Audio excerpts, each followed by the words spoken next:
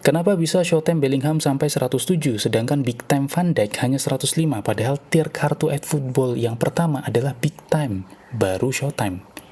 Hai semuanya, sebuah anomali Showtime Jude Bellingham yang memiliki rating sampai 107 tapi untuk referensi aku di sini 106 ya. Kaget ya ketika melihat berita Showtime Jude Bellingham bisa sampai 107 sedangkan 107 yang aku kenal untuk saat ini itu baru ada Gareth Bale, Neymar, Suarez, Lionel Messi dan semua itu adalah Big Time. Sedangkan Showtime Jude Bellingham ini adalah Showtime dia, bukan Big Time. Tapi sampai 107 loh, kok bisa? Sebelum itu event terbaru muncul ya, Squad Pilar 2024-2025, pemain dengan performa terbaik musim ini ada Showtime Jude Bellingham 107 by the way, Phenomenal Pass Whole Player, Showtime De Jong Visionary Pass Orchestrator, dan Epic Big Time Van Dijk Long Range Tackle Build Up. Apakah worth it untuk dikejar? Mari kita bandingkan. Sebelumnya disclaimer terlebih dahulu, untuk statistik menyesuaikan racikan masing-masing dan yang aku bandingkan saat ini itu sesuai dengan statistik dari sumber yang aku dapatkan. Kita mulai dari Showtime Jude Bellingham. Mari kita bandingkan beberapa epic yang aku sudah cari. Jika dibandingkan dengan Iniesta ya, olah bolanya memang agak kalah jauh dari sisi dribbling hingga passing, tapi Showtime Jude Bellingham punya keunggulan di sisi kecepatan, kekuatan tendangan, dan stamina. Fisiknya Showtime Jude Bellingham juga lebih bagus di sini. Kalau kita bandingkan dengan AMF Whole Player tier atas, seperti Platini, Ronaldinho, Showtime Jude Bellingham ini masih di bawah mereka di aspek olah bola. Karena Ronaldinho, Platini itu punya kemampuan olah bola dribbling yang luar biasa. Tapi mereka memang tidak sebagus Showtime Jude Bellingham ya dari sisi kesadaran menyerang. Jadi Showtime Jude Bellingham ini lebih punya kemampuan untuk ikut partisipasi dalam menyerang. Fisiknya Showtime Jude Bellingham juga di sini tetap yang terbaik dilihat dari sisi stamina, lompatan, kekuatan tendangan, dan kecepatan. Dan kalau kita bandingkan dengan Marcelino Ferdinand, sama-sama Showtime ya, kemampuan ball kontrolnya justru lebih baik Marcelino, mantap. Umpan lambungnya justru lebih baik juga, selisih 6 poin, tapi memang penyelesaiannya tidak sebaik Showtime Jude Bellingham. Akselerasinya sama, tapi memang kecepatannya tidak secepat Jude Bellingham. Dan dari aspek fisik justru terbalik ya, Showtime Jude Bellingham ini lebih baik staminanya, sedangkan Marcelino lebih baik dari sisi balance-nya. Dan ini hanya untuk menghibur diriku yang cuma punya Marcelino. Mantap. Lanjut, kita bandingkan kembali dengan epic-epic yang lain. Seorang AMF ini mayoritas punya kemampuan olah bola yang sangat tinggi ya, cuma memang agak bedanya di Epic Raul dia punya kemampuan kesadaran menyerang yang sangat tinggi setara dengan penyerang murni di 95.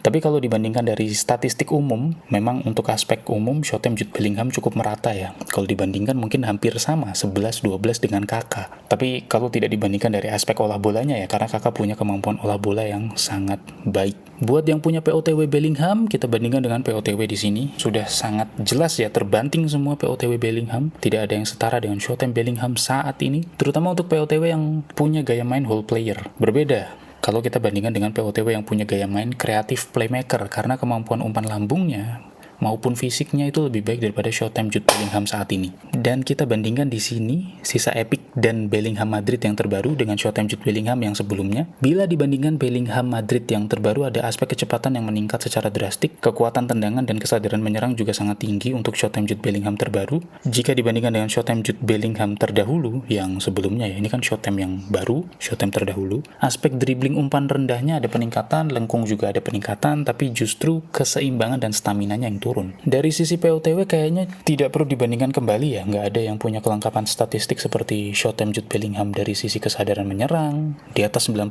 sampai finishingnya juga di atas 85. Yang paling mendekati itu Dani Olmo, tapi secara statistik memang masih di bawah Jude Bellingham. Dan secara kemampuan kecepatan ditambah dengan fisik yang baik, lompatan, physical kontak juga lebih baik Showtime Jude Bellingham. Tapi perlu diperhitungkan juga karena makin kesini POTW itu makin bagus, bahkan ada yang sampai ratingnya 103. Dan kalau dilihat rinciannya cukup bisa menyaingi Showtime Jude Bellingham. Tapi memang masih sangat jauh ya statistiknya sama Jude Bellingham saat ini. Dan berikut ada beberapa referensi untuk menjadi perbandingan alternatif dengan sama-sama memiliki gaya main whole player ya. Tapi tetap secara rating POTW ini masih jauh di bawah Showtime Jude Bellingham. Dan kalau kita bandingkan Showtime Jude Bellingham dengan beberapa epic yang sudah dilihat sebelumnya, kemampuan olah bolanya masih di bawah Epic yang sudah ada. Tapi poin plusnya Showtime Jude Bellingham ini hingga bisa mencapai 107 ya ratingnya, itu adalah karena ada banyak aspek yang lengkap dimiliki oleh Jude Bellingham seperti passing, kekuatan tendangan, kecepatan, stamina. Itu adalah kemampuan yang tidak bisa dimiliki oleh Epic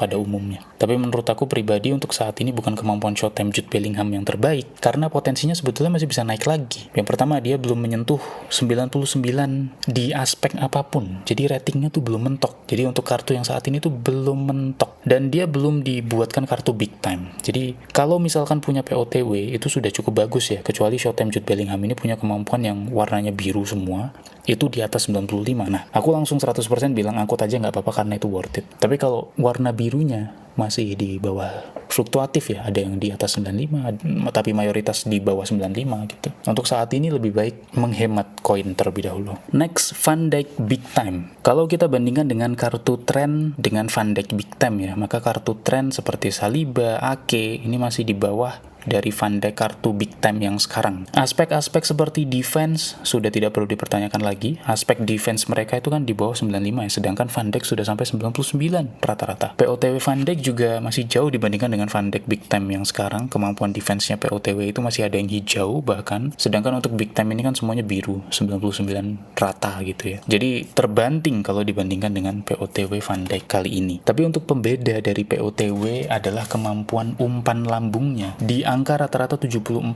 warna kuning dibandingkan dengan Van Dijk Big Time yang selisihnya 15 poin. Jadi lumayan jauh ya. Cuma menurut aku ini sebetulnya tergantung racikannya. Kalau racikannya mau dinaikin umpan lambungnya juga bisa, tapi nanti mungkin ada yang turun kemampuannya. Dibandingkan dengan POTW, pemain lainnya seperti Kimmich, Araujo, kemampuan defense-nya terbilang sangat jauh ya. Terbanting lagi emang POTW kartu tren ini terbanting semua kalau dibandingkan sama Big Time yang kali ini. Tapi di aspek lainnya seperti lengkung, passing, justru Van Dijk Big Time ini kalah dari mereka. Tapi ya sebetulnya menyesuaikan kebutuhannya. Jadi memang Van Dijk Big Time ini memang OP di aspek defense, tapi harusnya bisa membangun serangan juga dari belakang karena tipikalnya build up, tergantung racikannya nanti. Silahkan bisa diatur. Kalau kita bandingkan dengan Epic, secara kemampuan defense sebetulnya masih di bawah Epic dengan nama-nama besar seperti Cannavaro, Chiellini, Baresi, kalau dari sisi statistik. Tapi perlu diperhatikan juga ya, dari tinggi badan dan berat badan itu juga mempengaruhi. Makin kecil orang makin enteng, makin besar orangnya makin berat dan makin kuat. Kalau dibandingkan dengan Epic, yang paling dekat adalah Chiellini sebetulnya. Walaupun beda ya gaya mainnya, Van Dijk build up, Chiellini destroyer, tapi rasanya itu sama. Bedanya adalah agresinya. Chiellini lebih sering maju, Van Dijk lebih sering turun. Kalau dibandingkan dengan 3 Arial Ford batch 1 ya, atau Ori, di sini juga ada Van Dijk Arial Ford yang ternyata tidak ada perbedaan yang signifikan. Ini menjadi bukti bahwa kalau ada 2 Showtime maupun Epic di musim yang sama, kemungkinan besar statistiknya juga tidak ada perubahan yang signifikan, atau statistiknya juga tidak jauh berubah. Yang membedakan di sini hanya kicking powernya yang naik sekitar 5 poin, sisanya fluktuatif, ada yang naik, ada yang turun, tapi tidak signifikan. Kalau dibandingkan dengan Showtime yang lain seperti Rudiger, Araujo, bisa aku bilang beberapa aspek justru lebih baik Araujo dibandingkan Van Dijk Big Time di bagian kecepatan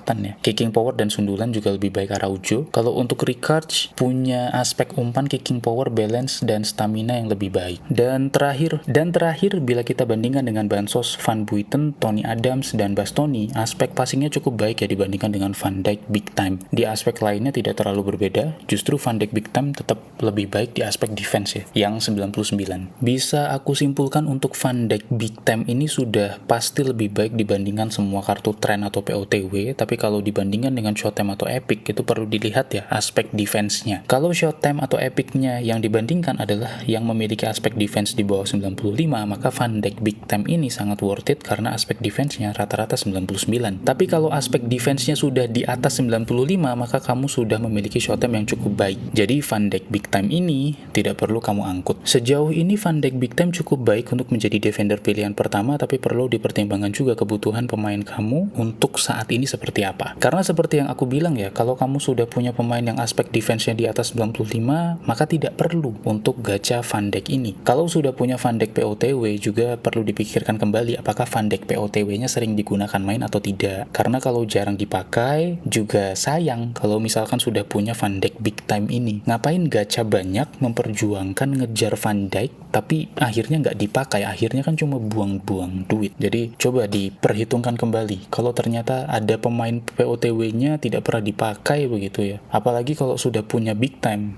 Nah, pertimbangkan kenapa tidak dipakai, sayang aja duitnya. Yang ketiga, Showtime De Jong. Untuk Showtime De Jong, kita bandingkan dengan ketiga Epic orkestrator sebelumnya. Ada Pirlo, punya kemampuan defensif yang jauh lebih baik daripada Showtime De Jong. Aspek passingnya juga lebih baik, terutama umpan lambung. Sebagai sama-sama visionary pass akan lebih baik, punya kemampuan passing yang bagus. Karena kan visionary pass akan memberikan efek kemudahan untuk pemain yang menerima umpan. Hanya memberikan efek tersebut. Tapi kalau kualitas umpannya itu tergantung dari statistik umpan lambungnya. Dan rata-rata untuk kartu epic memiliki kemampuan defense yang baik, sedangkan Shotem Dijong punya kemampuan defense yang cukup, cuma masih nanggung, hanya 90-an. Jika kita bandingkan sama Shotem Orchestrator lainnya, yaitu Modric, nampaknya lebih adil ya, karena kan Modric tidak memiliki kemampuan defensif yang baik, tapi Modric punya kemampuan passing yang jauh lebih baik dari Dijong sekarang. Dan kalau dibandingkan dengan POTW, memang secara kemampuan, ball control dan passingnya tidak ada perubahan ya yang signifikan. Malah kalau aku lihat justru perbedaannya itu dari sisi defensifnya, yang mana Shotem Dijong yang sekarang itu sudah punya kemampuan defense yang di atas 90-an. Sedangkan kartu-kartu poti ini masih ada angka 70-an dan sebagainya. Nah, sisanya itu sama. Jadi menurut aku Shotem Dijong ini spesial di aspek defensifnya dan visionary pass-nya. Di luar daripada itu, semuanya hampir sama dengan POTW. Saran aku pribadi, untuk kamu yang sudah memiliki POTW tidak perlu ambil Shotem Dijong saat ini. Dan kesimpulannya, untuk squad pilar 2024-2025 ada 3 pemain ini, silahkan dicek dulu apakah kalian membutuhkan. Kalaupun sudah punya untuk POTW, apakah kalian sering menggunakannya? Khawatirnya kemakan hype, sudah ikutan gacha dapat nggak dipakai. Ya kalau misalkan dapat, tapi kalau misalkan sudah gacha nggak dapat terungkat begitu kan sayang banget. Nah, jadi pertimbangkan benar-benar dan pahami juga terkait peluang untuk gacha. Jadi itu teman-teman, referensi pilihan pack squad pillar versi aku, sesuaikan dengan racikan kalian masing-masing karena ini bukan ajakan tapi hanya referensi. Setuju nggak sama aku, terutama sama review pack ini? Atau kalian punya pandangan sendiri, tulis di kolom komentar dan kita akan bahas bareng-bareng. Terima kasih semuanya.